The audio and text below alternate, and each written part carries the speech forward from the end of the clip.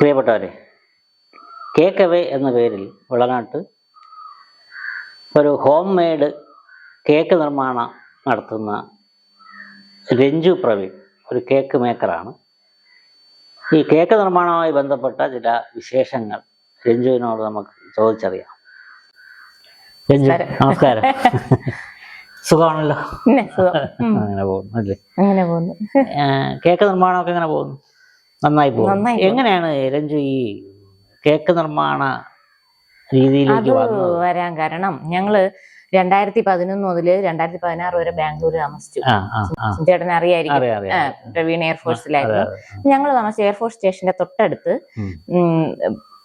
Agricultural university, Bangalore agriculture, അവരൊരു food and nutrition എന്ന് പറഞ്ഞൊരു കോഴ്സ് ഉണ്ട്. അവിടെ കേക്ക് മേക്കിംഗ് പഠിപ്പിക്കുന്നുണ്ട്, അതായത് സ്പെഷ്യൽ കേക്ക്സ് പഠിപ്പിക്കുന്നുണ്ടെന്നാണ്. അപ്പൊ കേക്കല്ലേ നമ്മൾ അങ്ങനെ അവിടെ പോയി ക്ലാസ്സിന് പോയി, അവിടെ പോയി പഠിച്ച 6 മാസത്തെ ഒരു കോഴ്സ് ചെയ്തു. സ്പെഷ്യൽ കേക്കുകൾ, വേറെ ഒന്നും പഠിച്ചില്ല, കേക്ക് മാത്രം, കേക്കിന്റെ കൂടെയുള്ള കൊതി കൊണ്ട് കേക്ക് മാത്രം പഠിച്ചു. അങ്ങനെയാണ് ഈ ഒരു ഫീൽഡിലേക്ക് വരുന്നത്. ഈ വെള്ളനാട്ട് നമ്മൾ ഈ സാധനം തുടങ്ങിയല്ലോ, എങ്ങനെയാണ് ഈ നമ്മൾക്ക് ഈ പൊതുജനം നമുക്ക് കിട്ടുന്ന ഒരു അഭിപ്രായം എങ്ങനെയാണ്? അതെന്ന് വെച്ചാല് അതിന്റെ പിറകിലും ഒരു സൂത്രമുണ്ട്. കാരണം എന്റെ വീട്ടിൽ ആര് വന്നാലും കേക്ക് ഉണ്ടാക്കി കൊടുക്കുന്ന ഞാൻ ഒരു പതിവ്. 2016 പ്രവീൺ പെൻഷനായി. ഒരാള് നല്ലതെന്ന് പറയുന്ന ഒരു കാര്യമേ വീണ്ടും വീണ്ടും. അപ്പൊ 2013 ഞാൻ പഠിച്ചത്. 16 ആയപ്പം അത്യാവശ്യം നല്ല രീതിയിലൊക്കെ ഉണ്ടാക്കാൻ തുടങ്ങി, ഒരു കോൺഫിഡന്റ്. അപ്പൊ വീട്ടിൽ ആര് വന്നാലും, ഞങ്ങൾ പെൻഷനായി വന്നപ്പോ വീട്ടിൽ ആര് വന്നാലും ഒരു പീസ് കേക്ക് കൊടുക്കുന്ന ഒരു ശീലമായി. അത് കഴിഞ്ഞിട്ട് ഫ്രണ്ട്സിന്റെ ആരുടെങ്കിലും മക്കളെ ബർത്ത്ഡേ, പ്രവീൺ ചന്ദ് അവന്റെ മോളുടെ ബർത്ത്ഡേ വിളിച്ചു, ഞങ്ങൾ ഓപ്പോസിറ്റ് ഉള്ള സന്തോഷ് വിളിച്ചു. അപ്പൊ ഒരു കേക്ക് കൊടുക്കുക ഞങ്ങളൊരു പതിവ്. അപ്പൊ ഒരു കേക്ക് കൊടുക്കുമ്പോ ആ കേക്ക് കഴിക്കുന്നത് ഒരാളല്ലല്ലോ, അവിടെ വരണ 10-20 പേര് കഴിക്കില്ലേ. അങ്ങനെ ഈ കഴിച്ചവരൊക്കെ കേക്ക് ചോദിച്ചു വരാൻ. എവിടെ നിന്നാണ് കിട്ടിയത്? അല്ല, ഇതിനൊരു വില നിശ്ചയിക്കുന്നത് എങ്ങനെ? ഒരു ബാർഗെയിൻ അല്ല, ഇപ്പൊ ഞാൻ പറഞ്ഞ അപ്പോഴും ഫ്രീ ആയിട്ട് കൊടുത്തു, പിന്നീട് ഇതിന്റെ രീതിയിലേക്ക് ഒരു ബിസിനസ്സിലോട്ട് കടന്നല്ലോ, അപ്പൊ ഇതിനൊരു വാല്യൂ ഉണ്ട്. കാരണം പുറത്തുള്ള കടയേക്കാളും ആ രീതിക്ക് എന്തായാലും നമുക്ക് കൊടുക്കാൻ പറ്റത്തില്ല. അതെന്ന് വെച്ചാല് ഞാൻ ഇതിന് ചിലവാകുന്ന ഇൻഗ്രീഡിയൻസിന്റെ വില, ഞാനും പ്രവീണും കൂടി ഇരുന്നാണ് അത് കണക്ക് കൂട്ടുന്നത്. ഇൻഗ്രീഡിയൻസിന്റെ വില, പിന്നെ ചിലവാകുന്ന കറണ്ട്, പിന്നെ എത്ര സമയം എനിക്ക് ചിലവാകുന്നു, എത്ര ക്രിയേറ്റിവിറ്റി ഞാൻ അതില് ഉപയോഗിക്കുന്നു എന്നെല്ലാം കൂടെ എടുത്ത് നമ്മളൊരു കേക്കിന് ഒരു വിലയിടും. ഈ കേക്കിന്റെ വിലയൊക്കെ ഗൂഗിളിലുണ്ട് സുനിച്ചേട്ടാ. ശരി, ഗൂഗിളിൽ നോക്ക്. നമുക്ക് എന്തെങ്കിലും അറിവില്ലായ്മയോ അല്ലെ കൂടിപ്പോയെന്ന് തോന്നലോ അല്ലെ കുറഞ്ഞു പോയെന്ന് തോന്നലോ സെർച്ച് ചെയ്താൽ ഗൂഗിളിൽ സെർച്ച് ചെയ്യുമ്പോൾ കേക്കിന്റെ വിലയുണ്ട്. അപ്പൊ നമ്മൾ ഈ ചെയ്യുന്നതിനേക്കാളും ഒരുപാട് കുറവാണ് അവർ കൊടുക്കുന്നെങ്കിൽ ഞങ്ങൾ അതിന് ഇടയ്ക്കൊരു വിലയിടും. കൂടുതലാണെങ്കിലും നമുക്കൊരു ധാരണ കിട്ടും. അതുപോലെ രഞ്ജു, കേക്ക് അവേ കേക്ക്സ് അല്ലേ, അതാണ്. അപ്പൊ ഈ ഒരു പേരും പിന്നെ ഒരു ഹോം മെയ്ഡ് കേക്ക് എന്നൊരു ആശയവും എങ്ങനെയാണ് വരുന്നത്? അത് അങ്ങനെ നമ്മൾ അന്ന് കൊടുത്തു തുടങ്ങി. പറഞ്ഞാല് ഇത് ടേക്ക് അവേ കേക്ക്സ് ആണ്. കേക്കുകൾ ഇവിടുന്ന് ടേക്ക് അവേ ചെയ്യാണ്. അപ്പോ കേക്കാണ് കൊടുക്കുന്നത്. അങ്ങനെ ഇട്ട പേരാണ് ടേക്ക് അവേക്ക് പകരം കേക്ക് അവേ. ഇതില് നമ്മൾക്ക് എന്തൊക്കെയാണ് ഇൻഗ്രീഡിയൻസ് ആയിട്ട് വരുന്നത്? മെയിൻലി മൈദ, മുട്ട, ബട്ടർ, ഓയില്, പിന്നെ ബേക്കിംഗ് സോഡ, ബേക്കിംഗ് പൗഡർ ആണ് കേക്കിന്റെ രൂപത്തില്. പിന്നെ ഈ കളറുകൾ അല്ലേ, ഫുഡ് കളേഴ്സ്. ഈ ഉപകരണങ്ങള് ഓവൻ. ഞാനിപ്പോ ഉപയോഗിക്കുന്ന OTG ആണ്. OTG, പിന്നെ ബീറ്റർ, ഹാൻഡ് ബീറ്ററും ഉണ്ട്, സ്റ്റാൻഡ് ബീറ്ററും ഉണ്ട്. അതായത് ഒരാളുടെ സഹായം, കേക്കിന്റെ എണ്ണം കൂടിയപ്പോ ആരെയും സഹായം കൂടാതെ എനിക്ക് ചെയ്യുന്നതിന് വേണ്ടി എന്തൊക്കെ ഉപകരണങ്ങൾ കിട്ടുമോ അതൊക്കെ വാങ്ങിക്കാം. അതുമല്ല ഈ ഒരു ക്വാളിറ്റി മെയിൻറ്റെയിൻ ചെയ്യാനൊക്കെ അല്ലെ, ഒരേപോലെ ഇപ്പോൾ നമ്മൾ ചെയ്യുന്ന അതേ സാധനം തന്നെ നമുക്ക് ആ ടൈമും കാര്യങ്ങളും എല്ലാം അഡ്ജസ്റ്റ് ചെയ്യാൻ പറ്റുന്ന അല്ലേ? അങ്ങനെ. അതെ. മൈദ എത്രത്തോളം ഈ ആരോഗ്യദായകമാണ്? മൈദ ആരോഗ്യദായകമല്ല. മൈദ ഒട്ടും അല്ല, മൈദയുടെ കൂടെ അഡ്വൈസബിൾ അല്ല. ഫുഡ് കളറും ആണ്. പക്ഷെ ഫുഡ് കളർ എന്ന് പറയുമ്പോൾ എഡിബിൾ ഫുഡ് കളർ ഉണ്ട്. അതായത് ഭക്ഷണത്തിൽ നമുക്ക് ഉപയോഗിക്കാൻ പറ്റുന്ന ഫുഡ് കളർ വേറെ തന്നെയുണ്ട്. നോർമൽ പെയിന്റും പടം വരയ്ക്കുന്ന സാധനം അല്ലാതെ നമുക്ക് ഉപയോഗിക്കാൻ പറ്റുന്ന, അതായത് നാച്ചുറൽ പ്രൊഡക്ട്സിൽ നിന്ന് എടുക്കുന്ന ഫുഡ് കളേഴ്സ് ഉണ്ട്. അതാണ് കേക്കിൽ ഉപയോഗിക്കുന്നത്. പിന്നെ അതും വളരെ, ഞാനിപ്പോ കേക്ക് നിർമ്മാണത്തിന്റെ ആദ്യഘട്ടത്തിലൊക്കെ ധാരാളം കളറൊക്കെ ഉപയോഗിക്കുമായിരുന്നു. ഇപ്പൊ ഞാൻ ഇത് കുറച്ചുകൂടെ ഒരു അവയർനെസ് വന്നതിൽ പിന്നീട് ഞാൻ ഈ കസ്റ്റമേഴ്സിനോട് ചോദിക്കും, കളർ ചേർക്കണോ, കൊച്ചുകുട്ടിയുടെ ബർത്ത്ഡേ അല്ലേ. അപ്പൊ ചിലര് നിർബന്ധമായിട്ട് പറയും ചേർക്കണം, ഞങ്ങൾക്ക് റീൽസ് ഇടാനുള്ളതാണ്. അങ്ങനെ ഇതിപ്പോ അല്ലാതെ തന്നെ ഇപ്പം ഈ ചില കളറുകൾ, അതായത് ഇപ്പൊ മാമ്പഴം അല്ലേ, മാമ്പഴത്തിന്റെ ഫ്ലേവറുള്ള കേക്ക് മാമ്പഴ സീസണിൽ നമുക്ക് ഉപയോഗിക്കാം. അതിന് പ്രത്യേകിച്ച് വേറെ കളറിന്റെ ആവശ്യമില്ല. മാമ്പഴത്തിന് അതിൻ്റെതായ സ്വാഭാവിക നിറമുള്ള. ഈ കളറിന്റെ ഒരു പ്രത്യേകത എന്ന് പറഞ്ഞാല് കളർ എല്ലാം പുറമേ ഉള്ളൂ. കളർ ഇഷ്ടമില്ലാത്തവർക്ക് അത് മാറ്റിയിട്ട് കേക്ക് കഴിക്കാം. പുറമേ ഉള്ള കളറേ ഉള്ളൂ. കേക്കിന്റെ ഉള്ളിൽ യാതൊരുവിധ കളറും ചേർക്കില്ല. മാങ്ങയെങ്കിൽ മാങ്ങ, പൈനാപ്പിൾ എങ്കിൽ പൈനാപ്പിൾ, ഇപ്പൊ ബ്ലൂബെറി ആണെങ്കിൽ അതിന്റെ ബ്ലൂബെറി ഫ്രോസൺ ഐറ്റംസ് കിട്ടും. അല്ല, ഇത്തരം കാര്യങ്ങൾ ഒരാവശ്യം ഇപ്പൊ മാങ്ങ എന്ന് പറഞ്ഞുകൊണ്ട് എനിക്ക് അതിന്റെ മാംഗോയുടെ ഒരു ഫ്ലേവറുള്ള കേക്ക് വേണമെങ്കിൽ അത് ഏത് സമയത്ത് ചെയ്ത് കൊടുക്കും? ഇല്ല, അതായത് ഫ്ലേവർ ഉപയോഗിക്കില്ല. മാംഗോയുടെ ഒന്നും ഫ്ലേവർ ഒന്നും ഉപയോഗിക്കില്ല. ഇതില് എസൻസ് ആയിട്ട് ഞാൻ വാനില എസൻസ് മാത്രം ഉപയോഗിക്കും. ബട്ടർ സ്കോച്ച് ഞാൻ തന്നെ ഉണ്ടാക്കുന്ന ബട്ടർ സ്കോച്ചാണ്. ബട്ടറും ക്രീമും പാലും ഷുഗർ കാരമലൈസ് ചെയ്തതും ചേർത്ത് ഞാൻ തന്നെ അതൊക്കെ ഞങ്ങളെ പഠിപ്പിച്ചതാണ്. ബട്ടർ സ്കോച്ച് ഉണ്ടാക്കാൻ, ചോക്ലേറ്റ് ഗനാഷ് ഉണ്ടാക്കാനൊക്കെ ഞങ്ങളെ പ്രത്യേകം പഠിപ്പിച്ചു.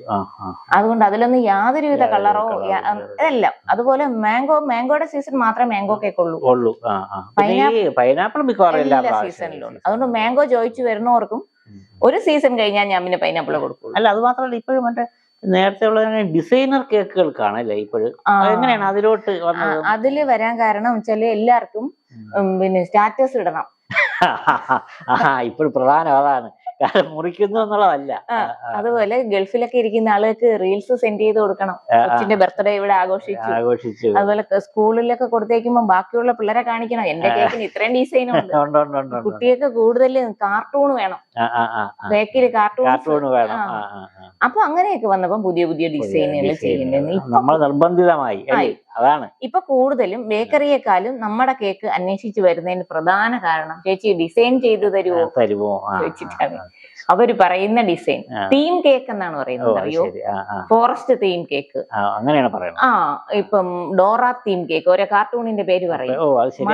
നമ്മളിനി അതിന്റെ ഇത് അന്വേഷിച്ച് നടക്കണം അല്ലേ, ഗൂഗിളിൽ തപ്പി നടക്കണം ആ ഡിസൈൻ ഉണ്ടാക്കാനായി. Spiderman theme cake. അപ്പൊ ഞങ്ങൾ എന്ത് ചെയ്യും, ഇതിന്റെ ഐറ്റംസ് കിട്ടുന്ന മിക്കവാറും ഒന്നും വെള്ളനാട്ടൊന്നും ഇതൊന്നും അവൈലബിൾ അല്ല.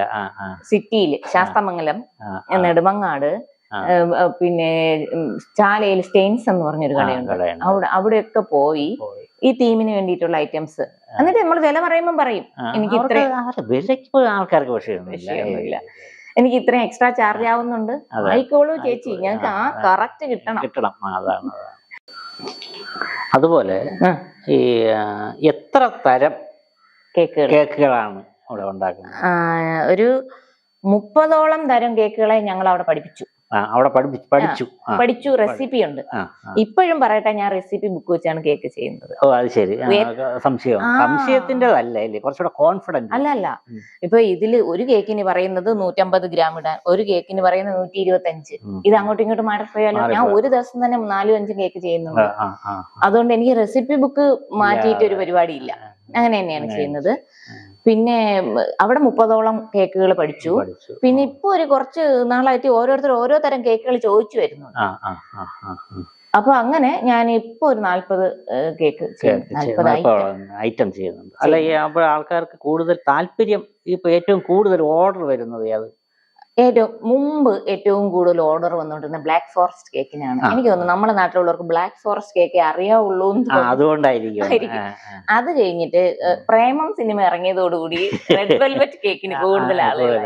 റെഡ് വെൽവെറ്റ് കേക്ക് ഇപ്പൊ കൂടുതൽ വരുന്നത് ബട്ടർ സ്കോച്ച്, അങ്ങനെയൊക്കെ. ഈ ആൾക്കാരും ഈ സെർച്ച് ചെയ്ത് പുതിയ പുതിയ വെറൈറ്റി കണ്ടുപിടിക്കാൻ. അതാണ്. കാരണം എന്തായിരുന്നാലും നമ്മൾ പൈസ കൊടുത്ത് നല്ലൊരു കാര്യം ചെയ്യുന്നു, മാക്സിമം തന്നെ ആയിക്കോട്ടെ അവരും വിചാരിക്കും. പിന്നെ ഈ ക്രിസ്മസ് ടൈമിലൊക്കെ പിന്നെ മെയിൻലി ക്രിസ്ത്യൻസ് വില കൂടിയ കേക്കുകള്, അതായത് കുൽഫി കേക്ക്സ്, നമ്മുടെ ഗുലാബ് ജാമുൻ കേക്ക്, അങ്ങനെയൊക്കെയുള്ള വില കൂടിയ കേക്കുകൾ പറയാറുണ്ട്. അത് ആ സമയത്ത് ഞങ്ങൾക്ക് കുറച്ച് ബുദ്ധിമുട്ടാണ്. കാരണം ഇതിനു വേണ്ടി കുൽഫി ഉണ്ടാക്കണം, ഇതിനു വേണ്ടി ഗുലാബ് ജാമുൻ ഉണ്ടാക്കണം. സീസണിൽ നടക്കില്ല, സീസണിലൊന്നും. അതെ, രസ്മലായി കേക്ക്. അപ്പം രസ്മലായി എന്ന് പറയുന്നത് ഒരു നോർത്ത് ഇന്ത്യൻ സ്വീറ്റ് ആണ്. ഞാൻ നോർത്ത് ഇന്ത്യയിൽ താമസിച്ചിട്ടുള്ളതുകൊണ്ട് എനിക്കത് ഉണ്ടാക്കാൻ അറിയാം. അപ്പൊ അത് കേക്കിന്റെ ഉള്ളിൽ വെച്ചിട്ട് ഉണ്ടാക്കുന്നത്, അങ്ങനത്തെയൊക്കെ കേക്കുകൾ വരാറുണ്ട്. അത് മെയിൻലി ക്രിസ്മസ് സീസണിലാണ് കൂടുതലും വരുന്നത്. അതുപോലെ ഈ നമ്മൾ ഒരു കസ്റ്റമർ കൊടുക്കല്ലോ, ഈ കേക്കിന്റെ റിവ്യൂ വരാറുണ്ടോ? വരാറുണ്ട്. മിക്കവാറും കുറെ പേരെങ്കിലും പിന്നെ കേക്ക് ചേച്ചി കേക്ക് നല്ലതായിരുന്നു, ഇഷ്ടപ്പെട്ടു എന്നൊക്കെ പറഞ്ഞ് നമുക്കൊരു പ്രോത്സാഹനം മാത്രമല്ല, നെഗറ്റീവ് റിവ്യൂസ് ഒക്കെ വരികയാണെങ്കിൽ നമുക്ക് ഒന്ന് നന്നാക്കാനുള്ള ഒരു അവസരം. എവിടെയോ എന്തോ പറ്റി അങ്ങനെ. അപ്പൊ അപൂർവമായിട്ട് നെഗറ്റീവ് റിവ്യൂസ് വരാറുണ്ട്. ചേച്ചി കുറച്ചുകൂടെ മധുരം വേണമായിരുന്നു, അല്ലെങ്കിൽ ഇത്തിരി മധുരം കുറയ്ക്കാമായിരുന്നു. നമ്മൾ നെക്സ്റ്റ് ടൈം അത് ചെയ്യും. പിന്നെ എന്ന് പറഞ്ഞാൽ എനിക്കിപ്പം കുറെ സ്ഥിരം കസ്റ്റമർ ആണ്. അപ്പൊ എനിക്കറിയാം ഇന്ന ആളാണ് കേക്ക് ഓർഡർ ചെയ്തിരിക്കുന്നത്, അപ്പൊ ഇവർക്ക് മധുരം കുറച്ച് മതി, ഇവർക്ക് മധുരം കുറച്ച് മതി. പിന്നെ ഇന്ന ആൾ ചെയ്തിരിക്കുന്നത് ഇവർക്ക് കുറച്ചുകൂടെ മധുരം ആവശ്യം, കുട്ടികളാണെങ്കിൽ കുറച്ചുകൂടെ മധുരം വേണം. അങ്ങനെയൊക്കെ റിവ്യൂസ് അതിനൊക്കെ സഹായിക്കുന്നുണ്ട്. ഈ എങ്ങനെയാണ് നമുക്കൊരു മാനസികമായ ഒരു സംതൃപ്തി ആണല്ലോ അല്ലേ? എന്നുവെച്ചാൽ ഈ കേക്കൊക്കെ കട്ട് ചെയ്യുന്നത് സന്തോഷമുള്ള അവസരങ്ങളിലല്ലേ? സന്തോഷമുള്ള അല്ല, ഒരു വീട്ടില് ഒരു കുട്ടിയുടെ ബർത്ത്ഡേ എന്ന് പറഞ്ഞാൽ അവർക്ക് ഭയങ്കര സന്തോഷമുള്ള ഒരു മൊമെന്റില് ഞാൻ ഉണ്ടാക്കിയ ഒരു സാധനം അതിന്റെ ഫ്രണ്ടില് അല്ലേ? അതുപോലെ നമ്മൾ എവിടെ ഇപ്പൊ ഞാനൊരു കല്യാണത്തിന് പോയാലോ അല്ലെങ്കിൽ ഏതെങ്കിലും ഒരു സ്ഥലത്ത് പോയാലോ അവര് കുട്ടികളൊക്കെ കേക്കാൻഡി എന്ന് പറയുമ്പോ, അതുപോലെ വയസ്സായ അമ്മമാരുണ്ടെങ്കിൽ പറയാം അമ്മയുടെ ബർത്ത്ഡേക്ക് കേക്ക് ഉണ്ടാക്കിയ ആളാണ് എന്ന്. നമുക്ക് ഒരു പൊതുസ്ഥലങ്ങളിൽ പൊതു ഇടങ്ങളിൽ നമ്മളെ അംഗീകരിക്കുന്ന ചില വർത്തമാനങ്ങൾ അല്ലേ, അതിപ്പോഴും ഏതൊരാളും ആഗ്രഹിക്കുന്ന, മറ്റുള്ളവർ നമ്മൾ അംഗീകരിക്കുന്നു. അതിപ്പോഴും സെലിബ്രിറ്റികളാണെങ്കിൽ ആ രീതിയിൽ. അതിനൊരു രസം സുനിച്ചേട്ടനെ അറിയായിരിക്കും, ഞാൻ 5 വർഷം ടീച്ചറായിരുന്ന ആളാണ്. വെളിനാട് പല സ്ഥലങ്ങളിലും ഒക്കെ ഞാൻ പഠിപ്പിച്ച കുട്ടികൾ ഇപ്പൊ ഉണ്ട്. പക്ഷെ അതിനെക്കാളും ഒക്കെ ഇപ്പൊ എന്നെ അറിയുന്നത് കേക്കാൻഡി എന്നുള്ളതാണ്. അതുകൊണ്ട് ഇതല്ലാതെ വേറെയും സംരംഭങ്ങളില്ലേ? വേറെ എന്ന് വെച്ചാല് തേനീച്ച വളർത്തൽ ഇപ്പൊ ചെയ്യുന്നത്. അതെന്ന് വെച്ചാൽ കേക്കിന് ആവശ്യമായിട്ട് എനിക്ക് ധാരാളം തേന് വേണം. തേന് നല്ല കോസ്റ്റ്ലി ആണ്. ആ ഒറിജിനൽ തേനിന്റെ ഒരു മണവും ടേസ്റ്റും വാങ്ങുന്ന തേനിന് കിട്ടുന്നില്ല. അങ്ങനെ നോക്കിയപ്പോ എന്റെ ഫ്രണ്ട് ബിനീഷ് ഉണ്ട്, ക്രിക്കറ്റ് കളിക്കുന്ന ബിനീഷ് പറഞ്ഞു ഇതുപോലെ എവിടെ ഇത് KVKയിൽ പോയി തേനീച്ച, അവനാണ് എനിക്ക് തേൻ എത്തിച്ച് തന്നോണ്ടിരുന്നത്. അവൻ തേൻ എത്തിച്ച് ഫെഡപ്പ് ആയപ്പോ അവൻ തന്നെ പറഞ്ഞു പഠിക്കാൻ പറഞ്ഞു, നീ മിത്രായില് പോയി. ശാസ്ത്രീയമായിട്ട് പഠിച്ചത് തന്നെ 2 വർഷം ഞാൻ പഠിച്ചു. പഠിക്കാനുണ്ടല്ലേ?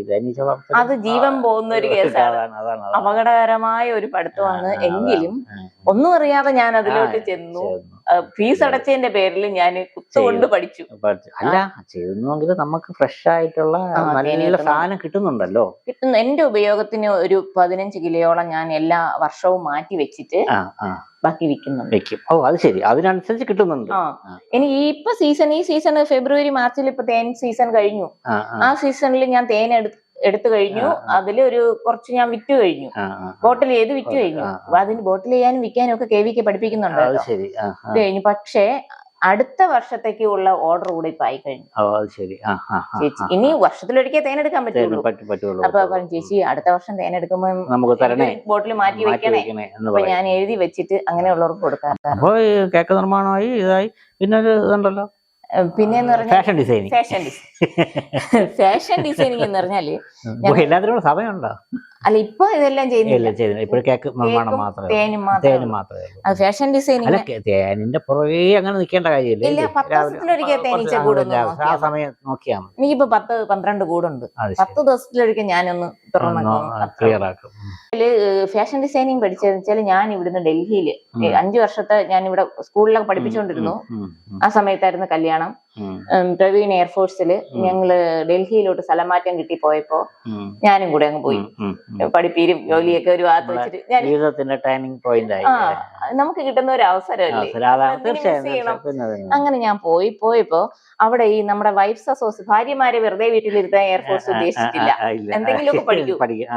അവരും അവിടെ പഠിപ്പിച്ചത് ഫാഷൻ ഡിസൈനിങ്, ബ്യൂട്ടീഷ്യൻ, കമ്പ്യൂട്ടർ. അപ്പൊ ഞാൻ വിചാരിച്ചു വെള്ളനാട് പോലെയുള്ള സ്ഥലത്ത് പിന്നെ വന്ന് സ്ഥിരതാമസമാക്കേണ്ട എനിക്ക് ഇതിൽ ഫാഷൻ ഡിസൈനിങ് അല്ലേ നല്ലത് തോന്നി. ഞാൻ അവിടെ പോയി പഠിച്ചു കുറെ കാലം തയ്ച്ചു. 17 വർഷം കുട്ടികളെ പഠിപ്പിച്ചു. ഓ അത് ശരി. ഫാഷൻ ഡിസൈനിങ് പഠിപ്പിച്ചു. ഈ പഠിപ്പിക്കുന്ന കാര്യം പറഞ്ഞപ്പോഴാണ് എങ്ങനെ ഈ കേക്ക് നിർമ്മാണം പഠിപ്പിക്കുന്നുണ്ടോ? പഠിപ്പിക്കുന്നുണ്ട്. എവിടെ? ഇപ്പൊ പഠിപ്പിക്കുന്നുണ്ട്. മിത്രാനികേതനില് ഇപ്പം കഴിഞ്ഞ വർഷവും പഠിപ്പിച്ചു. അവരിപ്പോഴാണ് അറിഞ്ഞത് ഇങ്ങനെ ഒരാൾ ഇവിടെ കേക്ക് ഉണ്ടാക്കുന്നുണ്ട്. അല്ലെങ്കിൽ അവര് വേറെ എവിടുന്ന ഒരാളിനെ കൊണ്ടുവന്ന് അവിടെ ക്ലാസ് എടുക്കുകയാണ് ചെയ്തിരുന്നത്. ഇപ്പൊ ഞാൻ ഉണ്ടാക്കുന്നതെന്ന് അറിഞ്ഞ് അവരെന്നെ സമീപിച്ചു. ഞാൻ സന്തോഷത്തോടെ പോയി. കഴിഞ്ഞ ക്രിസ്മസ് സീസണിൽ പോയി 2 ദിവസം ക്ലാസ് എടുത്തു. പിന്നെ ഇന്ന് ഒരു ക്ലാസ് KVK-യില് അവർ പറഞ്ഞിട്ടുണ്ട്. അതായത് ഇന്ന് ലോക തേനീച്ച ദിനമാണ്. അതിനോടനുബന്ധിച്ച് അത് കഴിഞ്ഞ് ഈ വരുന്ന 23-ഉം 22-23-ഉം മിത്രാനികേതനിൽ വീണ്ടും ക്ലാസ് ഉണ്ട്. ഞാൻ കുറെ പേരെ ഇവിടെ ഇപ്പം കേക്ക് നിർമ്മാണം പഠിപ്പിച്ചു. പലരും ചെയ്യുന്നുണ്ട് എന്നൊക്കെ പറഞ്ഞ എന്റെ ഗ്രൂപ്പ്. പിന്നെ നമ്മള് വീട്ടില് ചുറ്റുപാടത്തുള്ള ഞാൻ പറഞ്ഞു ആദ്യമൊക്കെ നിങ്ങൾ ലാഭം നോക്കരുത്, ചുറ്റുപാടുള്ളവർക്ക് ഉണ്ടാക്കി കൊടുക്കുക. അങ്ങനെ അതും ചെയ്യുന്നുണ്ട്. ഇങ്ങനെ ഒരു അവയർനെസ് നമ്മളിങ്ങനെ കൊടുക്കുകയാണ്. അപ്പോൾ ഇത് കണ്ടിട്ട് വീട്ടില് അത്യാവശ്യം വീട്ടു ജോലി മാത്രമായിട്ട് കഴിയുന്ന വീട്ടമ്മമാർക്ക് തുടങ്ങാൻ പറ്റിയൊരു അല്ലേ നല്ലൊരു ഇതാണ്.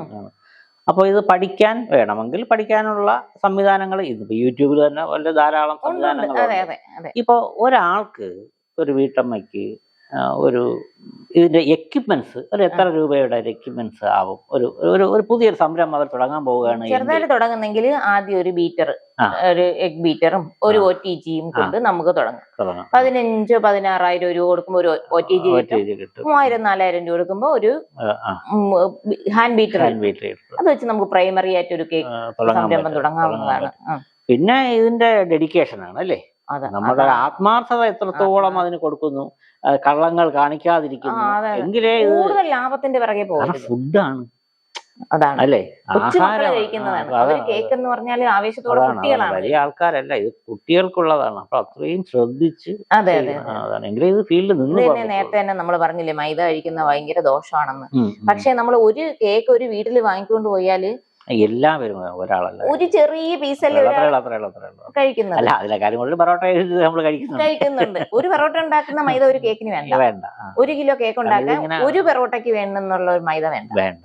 അതാണ് ഈ അതിനെ തന്നെ പിന്നെ സ്പ്ലിറ്റ് ആയി പോകുമ്പോ പിന്നെ വളരെ ചെറിയ, അതല്ല ഇതിൽ പിന്നെ ഫ്രൂട്ട്സ് ചേർക്കുന്നുണ്ട്, നട്ട്സ് ചേർക്കുന്നുണ്ട്. അങ്ങനെയൊക്കെ ഒരു വ്യാവസായിക അടിസ്ഥാനത്തിൽ ഇപ്പൊ ഒരാൾക്ക് ചെയ്യണമെങ്കിൽ ഇപ്പൊ വീടുകളിൽ നിന്നുള്ള ഓർഡർ മാത്രം കൊണ്ട് അതൊരു പറ്റൂല. അതൊരു അങ്ങനെ ഒരു വരുമാനം കൊണ്ട് ഈ ബേക്കറികളിൽ നിന്നുള്ള ഓർഡർ ഇവരെ സഹായിക്കുന്നുണ്ടല്ലോ അല്ലേ? ബേക്കറികളിൽ നിന്ന്, അതായത് ഒരു ബേക്കിംഗ് യൂണിറ്റ് സ്വന്തമായിട്ടില്ലാത്ത ബേക്കറികള് ഈ ഫ്രഷ് ക്രീം കേക്ക് വരുമ്പോ നമ്മളെ പോലെയുള്ളവരെ വിളിച്ച് പറയുന്നുണ്ട്. അപ്പൊ ചെയ്ത് നമ്മളെ പേരൊന്നും പറയൂല, അവര് വന്ന് എടുത്തിട്ട് പോകും. ഞാൻ തന്നെ ചെയ്തു കൊടുക്കുന്നത്, എന്റെ വീട്ടിൽ ചെയ്തു കൊടുക്കുന്നത്.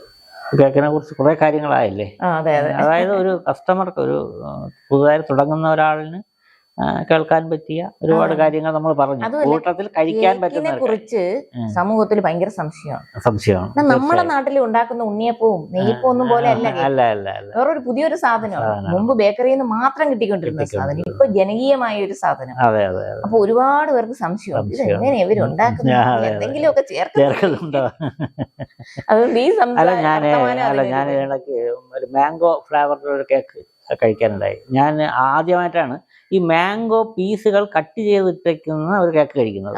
അതിനു മുമ്പ് ഈ ഫ്ലേവർ, ഇപ്പൊ മാംഗോയുടെ ഫ്ലേവർ അല്ലെങ്കിൽ മറ്റുള്ളതിന്റെ ഫ്ലേവർ ഉപയോഗിച്ചിട്ടുള്ള കേക്കുകളാണ് നമ്മൾ സാധാരണ കഴിക്കുന്നത്. പക്ഷെ ആ മാംഗോ തന്നെ അതിനകത്ത് ആഡ് ചെയ്തിട്ടുള്ള സാധനങ്ങളാണ്. അതൊരു വെറൈറ്റി ആയിട്ടാണ് എനിക്ക് തോന്നിയത്. അത് ആദ്യമായിട്ട് കിട്ടുന്ന ഒരാളിന് കിട്ടുമ്പോൾ വീണ്ടും ഓർഡർ തരും, അത് ഉറപ്പല്ലേ. അപ്പൊ ഇങ്ങനെ പുതുതായിട്ട് തുടങ്ങുന്ന ഒരാളിനോട് കൊടുക്കാൻ വല്ല ഉപദേശം ഉണ്ടോ? പുതുതായിട്ട് തുടങ്ങുന്ന ആളുകൾക്ക് ഈ പറഞ്ഞ ഡെഡിക്കേഷൻ, ഇത് കൊച്ചു മക്കള് കഴിക്കുന്ന സാധനമാണ് എന്നുള്ള ഒരു ഇത് വേണം. പിന്നെ കഴിയുമെങ്കിലും നിങ്ങൾ ഉണ്ടാക്കുന്ന കേക്ക് കുറച്ച് നിങ്ങൾ കഴിച്ച് നോക്കിയിട്ടേ വേറെ കൊടുക്കാവുള്ളൂ. പിന്നെ കേക്ക് നിർമ്മാണത്തിൽ പുതിയതായിട്ട് ഇറങ്ങുന്ന ആളുകൾക്ക് പറയാൻ നഷ്ടം ആദ്യം കുറേ വരും. ആദ്യം തന്നെ ശരിയാവില്ല. നമുക്ക് അമ്മയ്ക്കൊന്നും പറഞ്ഞു തരാൻ പറ്റുന്ന ഒരു സാധനം. നമ്മൾ പാചകം പൊതുവേ പഠിക്കുന്നത് വീട്ടിൽ നിന്നാണ്. പക്ഷെ വീട്ടിലൊരാൾ പറഞ്ഞു തരാൻ പറ്റുന്ന ഒരു സാധനമല്ല, അത് നഷ്ടം വരും. അതിനെയൊക്കെ അതിജീവിച്ച് നമ്മൾ മുന്നോട്ട് പോയാൽ എന്തായാലും സക്സസ് ആവാൻ പറ്റും. ഉറപ്പാണ്. എന്താണ് ഈ പുതിയ പരിപാടികൾ വേറെ വല്ലതും ഉണ്ടോ? കാരണം ചോദിച്ചത് 2-3 ഐറ്റംസ് ഇപ്പൊ തന്നെ കയ്യിലുണ്ട്. ഭാവി പരിപാടികൾ എന്ന് പറഞ്ഞിട്ടുണ്ടെങ്കിൽ ഭാവി പരിപാടികൾ എന്ന് പറഞ്ഞാല് ഇപ്പം കേക്കിന്റെ കൂടെ എള്ളുണ്ട, പിന്നെ ബോളി, നമ്മുടെ നെയ് ബോളി ഉണ്ടാക്കിയിട്ട് ഞാൻ സെയിൽ ചെയ്തിരുന്നു. പക്ഷെ കേക്കിന്റെ തിരക്ക്, ഞാൻ ഒരാളെ ഉള്ളൂ, ആദ്യമേ പറയട്ടെ, ഇതിൽ കൈ കടത്താറില്ല. കേക്കിന്റെ തിരക്ക് കൂടിയപ്പോ അതൊക്കെ എനിക്ക് പകുതി വഴി ഉപേക്ഷിക്കേണ്ടി വന്നു. ഇനി ഭാവി പരിപാടി എന്ന് പറഞ്ഞാല് ഞാനിപ്പോ ഒരുപാട് പേരെ കേക്ക് പഠിപ്പിക്കുന്നുണ്ട്. ആര് പഠിപ്പിച്ച് തരുമോ എന്ന് ചോദിച്ചാലും ഞാൻ ഇല്ലാന്ന് പറയുന്നില്ല. കാരണം എല്ലാരും പഠിക്കട്ടെ, ന്യൂട്രീഷ്യസ് ആയിട്ടുള്ള കേക്ക് എല്ലാരും ഉണ്ടാക്കട്ടെ, കെമിക്കലുകളുടെ പിറകെ പോവാതെ നല്ല കേക്ക് ഉണ്ടാക്കട്ടെ, എല്ലാരും പഠിച്ചിട്ട് കുറെ പേര്. അപ്പൊ എനിക്ക് എന്തായാലും ഓർഡറൊക്കെ കുറയും. അപ്പൊ ആ സമയത്ത് എനിക്കൊരു പ്ലാൻ ഉണ്ട്. ഞാൻ നോർത്ത് ഇന്ത്യൻ ഫുഡിന്റെ ഒരു ഫാനാണ്. അവിടെ പോയി കുറെ കാര്യങ്ങൾ, ഞാൻ 17 വർഷം ജീവിച്ചത് പല സ്ഥലങ്ങളിലായിരുന്നു. എന്റെ മക്കളും അതാണ് കൂടുതൽ ഇഷ്ടപ്പെടുന്നത്. ഹസ്ബൻഡും നാടൻ ആഹാരത്തിനെക്കാളും ശീലമായി. പ്രവീൺ 23 വർഷം എയർഫോഴ്സിൽ സർവീസ് ചെയ്തിട്ടുള്ള ആളാണ്. അപ്പൊ 23 വർഷം കഴിച്ച ഫുഡിനോട് ഒരു ഭയങ്കര ഇഷ്ടം ഉണ്ടാവും. അപ്പൊ ഞാൻ വിചാരിച്ചിരുന്ന ഒരു കുറച്ച് നാള് കഴിഞ്ഞിട്ട് ഞാൻ ഈ ഓർഡർ അനുസരിച്ച് north Indian food, aloo parotta, butter നാണ്, ബട്ടർ ചിക്കൻ, ബട്ടർ പനീർ, പിന്നെ ഗോബി മഞ്ചൂരിയൻ, അങ്ങനത്തെ കുറെ സാധനങ്ങളുണ്ട്. ചോലെ ഭട്ടൂരെ. അത് എനിക്ക് പ്രത്യേകിച്ച് പഠിക്കേണ്ട ആവശ്യമില്ല, ഓൾറെഡി എനിക്ക് അറിയാവുന്നതാണ്. ഞാൻ വീട്ടിൽ വരുന്ന ഗസ്റ്റുകൾക്കും ചെയ്യുന്നതാണ്, വീട്ടിലുള്ളവർക്കും ചെയ്യുന്നതാണ്. ഇതൊക്കെ ചെറിയൊരു വിപണിയാക്കിയാൽ എന്ത് എന്നൊരു ആലോചനയുണ്ട്. ഓക്കെ, എന്തായിരുന്നാലും ഒരുപാട് കാര്യങ്ങൾ കേക്ക് നിർമ്മാണത്തെ കുറിച്ച് പറഞ്ഞു, പുതിയ ആശയങ്ങൾ ഒക്കെ പറഞ്ഞു. എന്തായിരുന്നാലും തുടർന്നുള്ള ജീവിതവും എന്തായിരുന്നാലും ഏറ്റവും കൂടുതൽ ഇതെല്ലാം ചെയ്യുമ്പോൾ നമുക്ക് കിട്ടുന്ന ഒരു മനസ്സുഖമുണ്ട് അല്ലേ? അതാണ്. കാരണം ഫുഡ് വീട്ടിലെ അമ്മമാര് ഉപയോഗിക്കണം. കാരണം കൊള്ളാമെന്ന് കഴിക്കുന്നവർ പറയുമ്പോൾ അവർക്ക് കിട്ടുന്ന, അവർക്ക് വേറെ ഒന്നും ഇല്ലല്ലോ. അതേപോലെ എല്ലാവരും നല്ലതെന്ന് പറയുന്ന രീതിയിലേക്ക്, അല്ലെങ്കിൽ പുതിയ പുതിയ സംരംഭങ്ങളിലേക്ക് വളരെ നല്ല രീതിയിൽ പോകട്ടെ കാര്യങ്ങളൊന്നും മാത്രമാണ് പറയാനുള്ളത്. അതെ, ഞാനും അതാണ് ആഗ്രഹിക്കുന്നത്. നല്ല രീതിയിൽ പോകട്ടെ. ഈ വർത്തമാനം കൊണ്ട് കേക്കിനെ കുറിച്ച് പൊതുസമൂഹത്തിനുള്ള സംശയം കുറെ മാറട്ടെ. കുറെ സംശയങ്ങളുണ്ട് കേക്കിന്. കുറച്ചെങ്കിലും മാറിയാലേ, മാറട്ടെ. ഓക്കെ.